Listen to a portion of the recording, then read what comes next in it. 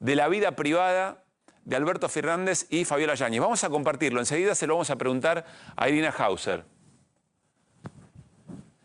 Es importante saber que esta conversación es la última conversación que tuvieron Alberto Fernández y Fabiola Yáñez, ahora vamos a ver casi inmediatamente antes, de la primera declaración de Fabiola Yáñez ante el juez Ercolini. Secuencia, el juez Ercolini investigando la causa Correo, tiene el teléfono de María Cantero, advierte que María Cantero había recibido chats, mensajes de Fabiola Yáñez que le decía: estoy sufriendo violencia física.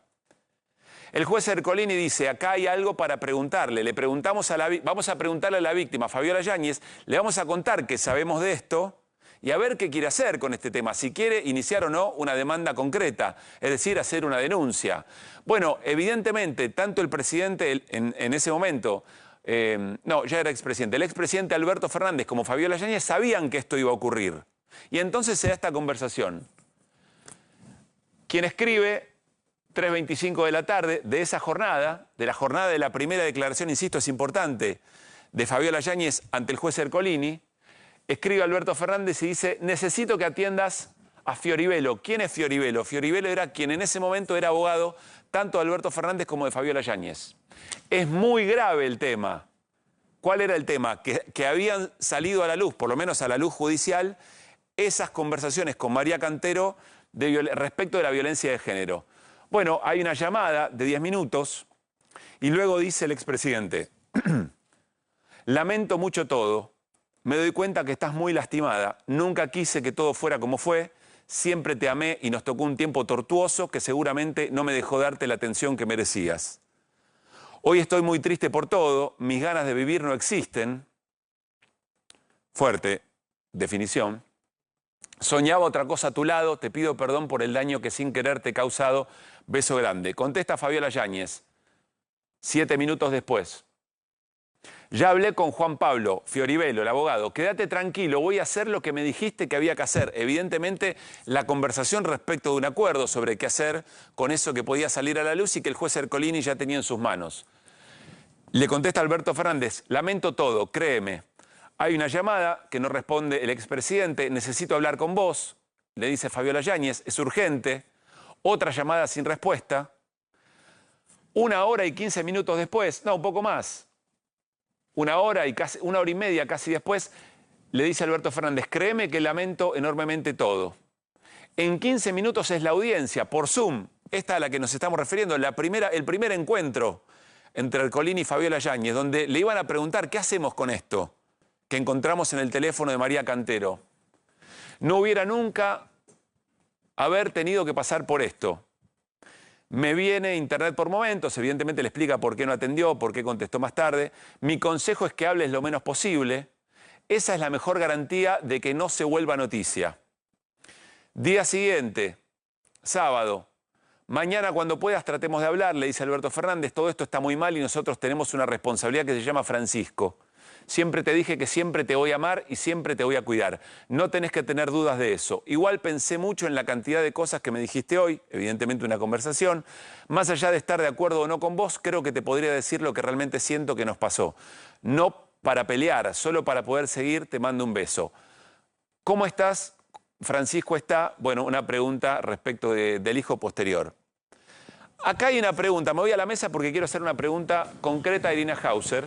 La primera reacción es, bueno, esto es una conversación de índole muy personal entre Alberto Fernández y Fabiola Yáñez. Es decir, ¿qué elementos podría haber acá que sumen a una denuncia muy importante que tiene que ver con la violencia de género?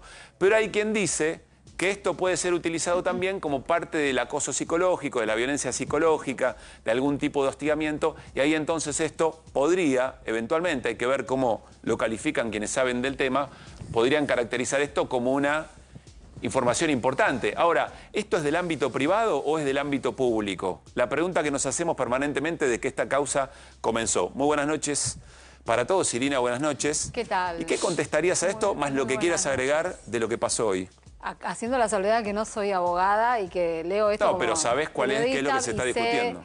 Sé más o menos cuál puede ser el criterio. Esto Mejor puede ser dicho, para dar cuenta de cuál es el debate que... No, esto puede ser interpretado como parte de la coacción. porque parecen mensajes amables, pero el contexto es que Fabiola Yáñez tiene que decidir si va a hacer una denuncia o no. Claro, ¿no? eso es lo que tiene que decidir a continuación. Por eso entonces le todos decíamos... esos mensajes que tienen ese tono de yo te amo, pensemos en Francisco y demás, tienen que ser leídos en ese contexto. O sea, Fabiola Yáñez va a estar, es el momento en que va a estar ante la posibilidad de decir si denuncia o no denuncia. Y ella tiene la autonomía y la posibilidad de decidir si lo hace o no lo hace. Como toda violencia, toda persona mayor de edad que es víctima de violencia. O sea, puede decidir no hacer la denuncia. Y de hecho ella en un comienzo decidió no hacer la denuncia, ¿no? Cuando hablamos de la cuestión de que es algo, viste que se está mencionando mucho en estos días, si algo es de acción privada o de acción pública, ¿no? Una cosa es el plano de la intimidad y otra cosa es este término desde el punto de vista legal. Sí, estos son mensajes íntimos, son mensajes privados, pero acá ya hubo una decisión de hacer una denuncia de dos personas que han tenido una vida pública. ¿Esto tiene que ver con la acción pública o privada? No.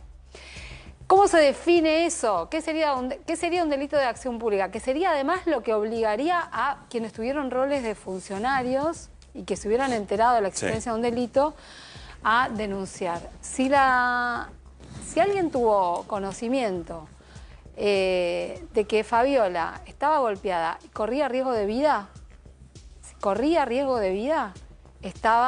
eso lo convertía en un caso de acción pública. Y eso, por ejemplo, lo podía poner al médico en la obligación de denunciar. Esto lo va a tener que evaluar el fiscal y el juez, ¿no? La gravedad de las circunstancias.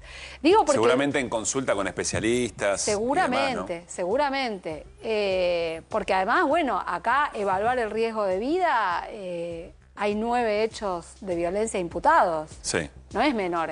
Y hay por lo menos 3 que son con golpes importantes. Claro. Entonces, bueno, además el riesgo de vida en función de qué se evalúa. ¿Cuánto pesa el factor psicológico? ¿Cuánto pesa la presión emocional? ¿No? La coacción emocional. Que es donde estas conversaciones podrían entrar, tal cual lo explicó recién Irina, y ahí se volverían eventualmente relevantes en una causa muy importante. Claro. Bueno, esas son las cuestiones que hay que tener en cuenta. Lo que quiero decir es que no es que todo esto está claro con el material que nosotros vamos viendo por nuestra tarea periodística. ¿No? Acá va a haber una evaluación que a nosotros nos excede. Y que además tiene muchos más elementos que lo que trascienden, seguramente. Obviamente, y que van a tener más, porque además se van a ir incorporando distintos informes, que además algunos ya están pedidos y otros serán evaluados seguramente con especialistas. La verdad es que en Comodoro Pi no es una cosa de todos los días que se investiga un caso de violencia de género. No sé cuántas veces Julián Ercolini tuvo que estudiar un caso de violencia de género, o el fiscal Ramiro González, ¿no? Bien. Entonces, bueno, la verdad que lo apropiado sería también eso, que pidan opiniones, por supuesto. Claro. Sí, Fer. Sí, yo ahora les creo contamos cómo sigue esto porque hay ya nuevos testigos citados. que en el caso del médico no tendría por qué haber riesgo de vida. Solo digo, cuando una persona llega golpeada a un hospital público, los médicos, si tiene una mujer que se sabe que es violencia de género, lo tienen Mira, que estuve denunciar. consultando especialmente por eso, por el tema del secreto. Hay una cuestión que se llama secreto profesional, que rige en estos casos, y lo que me explicaban es esa cuestión, que hay que evaluar si es un caso, si es un delito de acción pública o no, y que la acción pública tiene que ver con el riesgo que corre esa persona de vida. Y ahí la obligación del médico de denunciar o no. O cuando son menores de edad o cuando tienen algún otro tipo de imposibilidad de hacer la denuncia. Igual el riesgo de vida también lo evalúa el propio médico. Claro. Obviamente, exactamente. Digamos, ahí está, no, ahí te está cuento el porque criterio. a raíz de lo que analizamos acá me puse a consultar. Por eso, pero digo que en algunos casos que yo sé de los hospitales públicos, una mujer que fue golpeada, pues sí, bueno, che, le golpearon un ojo, se lo dejaron negro, no parece que se fuera a morir por eso. Después, si vuelve a la casa, ¿qué pasa? Y yo no se lo sabe. puedo decir. No, pero claro. por eso, pero digo, no tiene el concepto de riesgo de vida, me parece que es muy amplio. Yo sé que en el caso de los médicos, no así en el caso de la secretaria, aunque si la verdad la secretaria me dice, che, me estás amarreando, casi me mata, y se muere la mujer, podría ir el juez y decirle, ¿y usted por qué no denunció? Bueno, estas son las cosas que Pero tendrán. en el médico es más complicado para él, ¿eh? Yo digo, para el médico es bastante... ¿Cuándo tiene que prestar declaración? El médico los primeros días de... 5 de septiembre, primeros días 5 de de septiembre. septiembre. Lo que te quería decir es que, por ejemplo, en el caso de la ex Es el médico, es Saavedra, ¿no? El médico, el jefe de la unidad el de la presidencial. unidad médica presidencial, que la atendió a Fabiola. Y además Fabiola le informó que había sido golpeada por Alberto y ella lo que declara es que él no le quería preguntar demasiado, ¿no? Sobre las circunstancias, como que no le pedía detalles, ¿no? Sí. Esto es lo que declaró Fabiola Yáñez. Bien. No, y lo que iba a decir en relación, cuando yo hablé de funcionarios o funcionarias, ¿no? El caso de la ex ministra de Mujeres, Ayelén Massina. Si ella tuvo conocimiento de un delito, sabemos que ella está planteando que no, ¿eh? Sí, ella dice que no. Ella dice que no, pero si tiene conocimiento de un delito, sí tiene obligación de denunciarlo. Bueno. Como funcionaria. Claro. ¿Sí? Bien. Eso sí. Bueno, vamos a ver, por supuesto, cómo sigue el tema. El próximo lunes tiene que declarar quien fuera intendente de la Quinta de Olivos. Y luego será el turno del jefe de la unidad médica presidencial, Saavedra, como les decíamos.